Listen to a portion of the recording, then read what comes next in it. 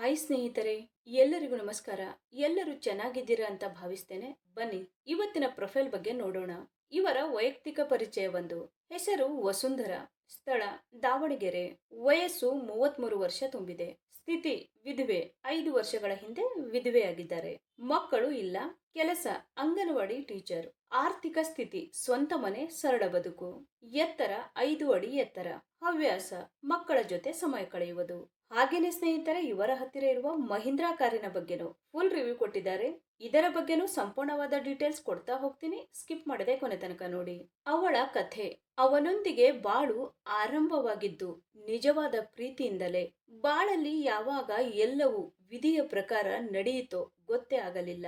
ಅವರಿಗೆ ಅನಾರೋಗ್ಯ ಆಕಸ್ಮಿಕವಾಗಿ ತಟ್ಟಿದಾಗ ಎಲ್ಲವೂ ಬದಲಾಯಿತು. ಇಂದಿಗೂ ವಸುಂಧರಾ ಪ್ರೀತಿಗೆ ಕಾಯುತ್ತಿದ್ದಾಳೆ. ಹೊಸದಾಗಿ, ಸ್ಪಷ್ಟವಾಗಿ, ನಿಜವಾಗಿ. ಮಕ್ಕಳಿಲ್ಲ, ಆದರೆ ಬಾಳಿಗೆ ಹೊಸ ಜೊತೆಗಾರ ಬೇಕು.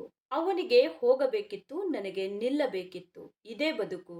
ಮುಂದಿನ ಕನಸುಗಳು ಹೀಗಿವೆ. ನಾನು ವಿಧವೆ.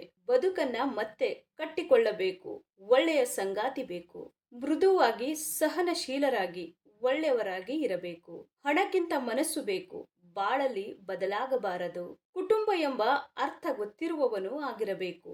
ನನ್ನ ಜೊತೆ ಮಾತು ಆಡುವವನು, ನನ್ನ ಮಾತಿಗೆ ಕಿವಿ ಕೊಡುವನು ಆಗಿರಬೇಕು. ಮೊದಲ ಬಾರಿಗೆ ಜೀವನ ತಪ್ಪಿರಬಹುದು. ಈ ಬಾರಿಗೆ ಇಬ್ಬರು ನಗುತ್ತಾ ಜೀವನ ಸಾಗಿಸೋಣ.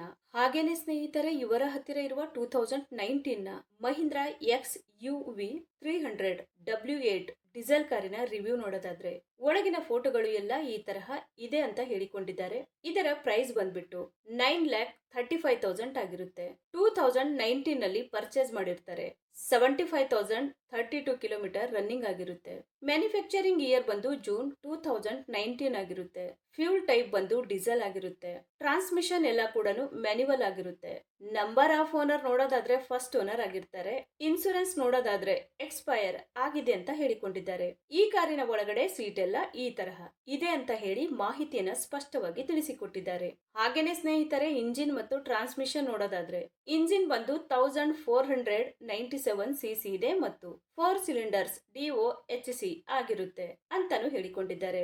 ಮತ್ತೆ ಇಂಜಿನ್ ಟೈಪ್ ಬಂದು 1.5 ಟರ್ಬೋ ಚಾರ್ಜ್ಡ್ ಡೀಸೆಲ್ ಇಂಜಿನ್ ಆಗಿರುತ್ತೆ ಅಂತಾನು ಹೇಳಿಕೊಂಡಿದ್ದಾರೆ. ಹಾಗೇನೆ ಮ್ಯಾಕ್ಸಿಮಮ್ ಪವರ್ ನೋಡೋದಾದ್ರೆ 115 BHP ಮತ್ತೆ RPM ಬಂದು 3750 ಅಂತಾನು ಹೇಳಿಕೊಂಡಿದ್ದಾರೆ. ಮತ್ತೆ ಟರ್ಕ್ ಬಂದು 300 Nm ಆಗಿರುತ್ತೆ. ಎಮಿಷನ್ ಸ್ಟ್ಯಾಂಡರ್ಡ್ ಬಂದು BS6 ಅಂತಾನು ಹೇಳಿಕೊಂಡಿದ್ದಾರೆ.